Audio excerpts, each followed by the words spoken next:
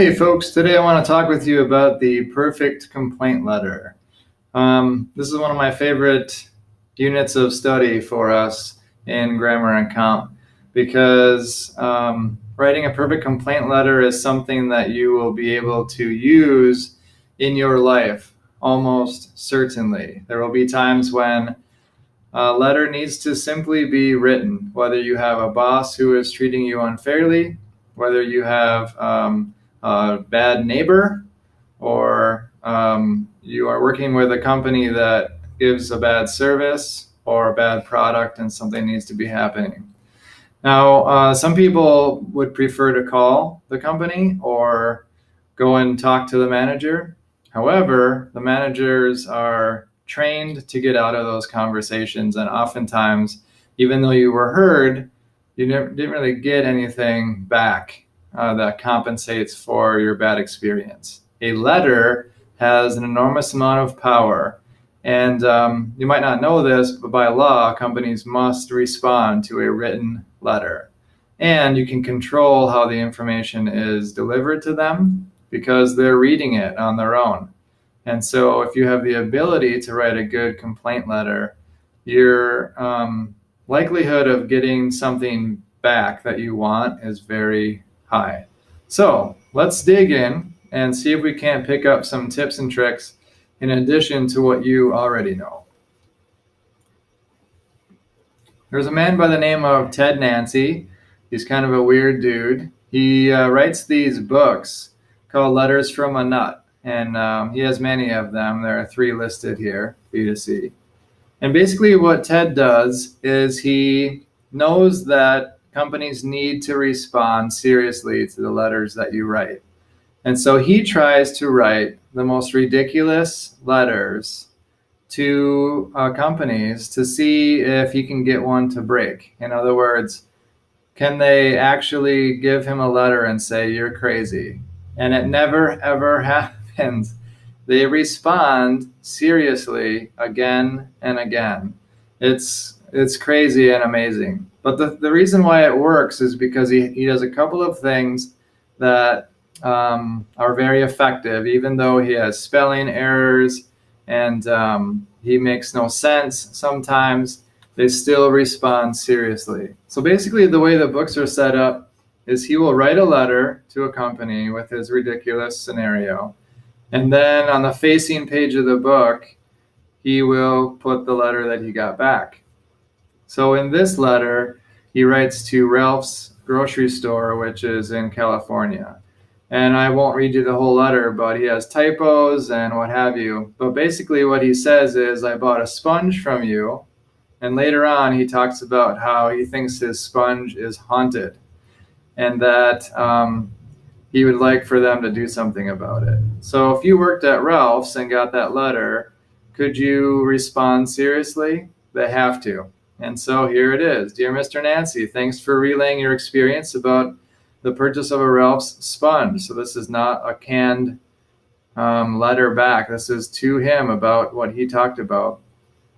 And then it says, "We really, and the quality is important to us. We want to make sure that you're happy.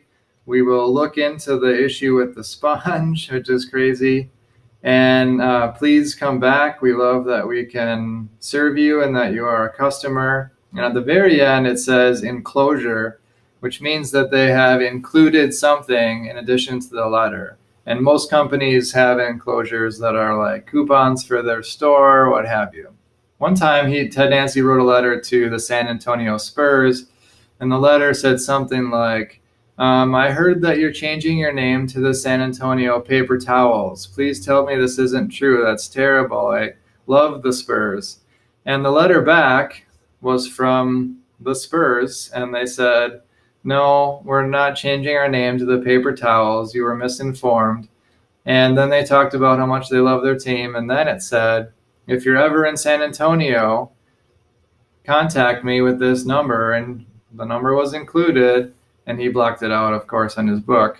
"And I'll get you some complimentary tickets to the game." What? So I wrote a ridiculous letter saying that they're going to change their name to the Paper Towels. And in response, they got a serious letter and an offer of free tickets for the next game. That's insane to me. It works. Some things that he does that work and that we need to try to use. One is you'll see that he is using a full block form letter form. What that means is everything is going down the left-hand margin. You see, this is what a business letter looks like. No indenting anywhere. It's all down the left, right? So immediately the person who opens it sees that you mean business. The other thing that Ted Nancy does that really, really does set him up for success is he's great at complimenting. So he compliments Ralph's up here and he compliments Ralph's at the very end. I admire Ralph's because they go out of their way to help their customers. I'm a longtime shopper at your store. Now I need help. That is very effective. We're going to talk about that too. So that's what we can take from Ted Nancy. If he can write such a terrible letter and get what he wants, we should be able to fall in line with that same formula and get what we want. So there are a few top secret tricks that I want to show you in addition to, and then you'll have a chance to try your hand with your own final draft. So here is that form that I was talking about. Everything's down the left, full date, and this 3, these numbers mean how many times you hit enter. So from the end of date, you would hit enter 1, 2, 3, and then type. Do the legwork, find the manager's name, company name, full address. Most of the time you can go online and find it. Sometimes you might have to find the company address, get the number, and call. Hi, who's the manager on duty? Sometimes they get a little paranoid and say, what is this about? You can say, I just want to thank the manager. And they go, oh, okay, well, it's Bill so-and-so. And then you get their name. Hit enter twice, then your name and your full address. Why would you do that in a letter? Why would you put your full name and address in the letter? Because it tells them that you want a letter back. If you don't have this here, they won't write back to you. This is just how it is in the letter writing world. There's a language. They understand that if this is here, they need to write a letter back to you, and they are obligated to do so. Dear manager, but you would use their name. Colon, believe it or not, colon means business. If you had a comma here, it would be more like a letter to grandma or a friend. Colon, always. I'll be watching for that. And then you have the body of the letter. So the first paragraph, you're going to compliment the company in 3 different ways. That doesn't mean, like if I was writing to McDonald's, I can't say, Dear McDonald's, I love your cheeseburgers, fries, and chicken nuggets. That's not 3 compliments. It would be more like, I love your food, I love your service, and I love how clean your stores are. Those are 3 different compliments, all right? And then at the end of that paragraph, you would state that you had a bad experience. Don't say what it was, but that you had a bad experience, right? So I love your store because, however, last time I was there, something happened, period. That is going to get the manager to lean in and wonder, how can I help you? You've already complimented them. They're not on the defensive. They're poised to want to help you, and they care about the bad experience you had. This is psychology, and it works. Next paragraph, you're going to tell in detail what happened to you that caused you to suffer. Now, you want to make sure that you write this in what's called passive language. In other words, you want to have the focus be how you were a victim, how you suffered, versus how they were terrible, how they were bad. So I'll give you an example of that. Let's say that I went to McDonald's, and I gave this example in the past, that I ordered a meal, they dropped my fries on the floor, scooped them up, put them on my tray, and handed it to me. All right? That's something that I want to write a letter about. If I said, I ordered fries, you dropped my fries, you scooped them up, you put them on my tray for me to eat, is actually not, that's going to cause the manager to get defensive. Whereas if I were to say, I ordered a meal, my fries fell on the floor, and then my fries were scooped up, and then my fries were put on my tray for me to eat, keeps the focus on me as the victim, right? Which is going to cause the manager to really feel bad and want to help me. Last paragraph, respectfully demand what you want and compliment them one more time in another way. Excuse me. So, demanding what you want is key. If you say, please solve this, you have actually given your reader an out. I can't solve this, so recycle bin, gone, and your chance is over. You don't want to give them a way out of this situation. The letter can keep them trapped.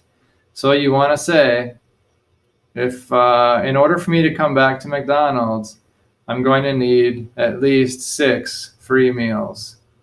Or in order for me and my friends to keep going to your store, I'm going to need this. And ask for what you want. Make sure it's not totally over the top, right? So don't say that you want something that's worth $1,000, but ask for something in return. And of course, this is only with a real situation that happened. You don't want to be unethical and be writing letters trying to get free stuff that didn't happen. That's terrible. Don't do that. And then compliment them once more. And then 2 spaces, sincerely, comma, and then you hit enter 4 times, and then you type your name.